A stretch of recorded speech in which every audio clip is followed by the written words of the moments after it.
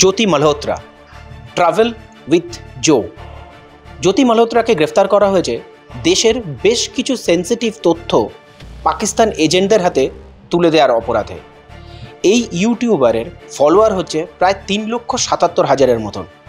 তিনি দেশের বেশ কিছু গুরুত্বপূর্ণ নথি, বেশ কিছু গুরুত্বপূর্ণ জায়গার তথ্য সেগুলো কিন্তু পাকিস্তান এজেন্টের হাতে তুলে দিয়েছেন বলেই অভিযোগ, এবং সেই অভিযোগের ভিত্তিতেই তাকে কিন্তু গ্রেফতার করা হয়েছে।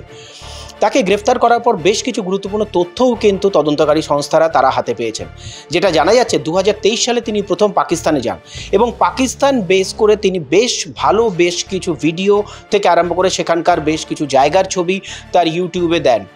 এরপরই দেখা যায় যে তিনি পাকিস্তানের এখানকার যারা ডিপ্লোম্যাটস রয়েছেন তাদের সঙ্গে বেশ সরব হন, তাদের সঙ্গে ভালো সম্পর্ক হয় এবং একটা কন্ট্যাক্ট পাওয়া গেছে যেখানে লেখা রয়েছে জাট রন্ধাওয়া। যেই কন্ট্যাক্টটা জানা যাচ্ছে যে কিছুদিন আগেই যাকে এক্সপেল করা হয়েছে ইন্ডিয়া থেকে তার কন্ট্যাক্ট নাম্বার, এবং তাকে বেশ কিছু গুরুত্বপূর্ণ তথ্য, গুরুত্বপূর্ণ নথি দিয়েছে বলেও অভিযোগ রয়েছে।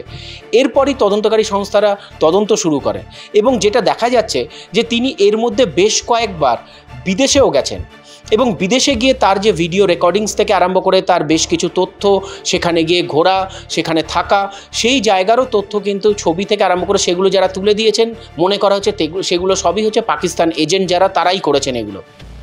এবং 26 তারিখে পেহেলগাঁও অ্যাটাক যখন হয় সেই অ্যাটাকের সময়ও কিন্তু দেখা গেছিল তার ছবি, এবং সেখানে তিনি একটা খুব লিঙ্ক দিয়েছিলেন এবং সেখানে তিনি বলেছিলেন এরপর কি কাশ্মীর সেফ রয়েছে ট্রাভেল করার জন্যে।